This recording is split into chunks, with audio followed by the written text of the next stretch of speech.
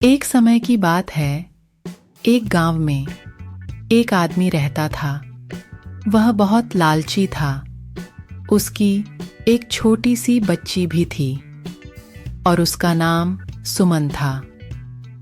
उस आदमी को सोने चांदी से बहुत प्यार था, लेकिन एक बात जरूर थी कि वह अपनी बेटी को किसी भी चीज से ज्यादा प्यार करता था।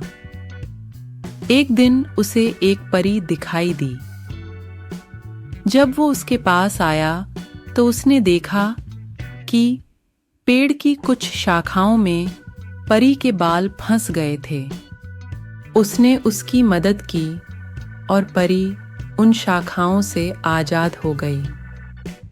लेकिन जैसे जैसे उसका लालच हावी हुआ, उसने महसूस किया कि उसके इस मदद के बदले में एक इच्छा मांगकर उसकी मदद करके वो आसानी से अमीर बन सकता है। ये सुनकर परी ने उसे एक इच्छा की पूर्ति करने का मौका भी दिया।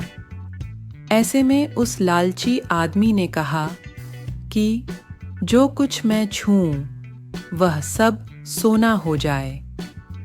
बदले में ये इच्छा को भी उस परी ने पूरी कर दी थी। जब उसकी इच्छा पूर्ण हो गई, तब वो लालची आदमी अपनी पत्नी और बेटी को अपनी इच्छा के बारे में बताने के लिए घर भागा। उसने हर समय पत्थरों और कंकड़ को छूते हुए और उन्हें सोने में परिवर्तित होते देखा, जिसे देखकर वो बहुत ही घर पहुंचते ही उसकी बेटी उसका अभिवादन करने के लिए दौड़ी। जैसे ही वह उसे अपनी बाहों में लेने के लिए नीचे झुका, वह एक सोने की मूर्ति में बदल गई। ये पूरी घटना अपने सामने देखते ही उसे अपनी गलती का एहसास हुआ।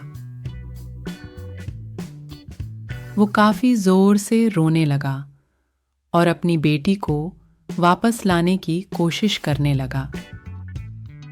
उसने परी को खोजने की काफी कोशिश करी, लेकिन वो उसे कहीं पर भी नहीं मिली। उसे अपनी मूर्खता का एहसास हुआ, लेकिन अब तक काफी देर हो गई थी।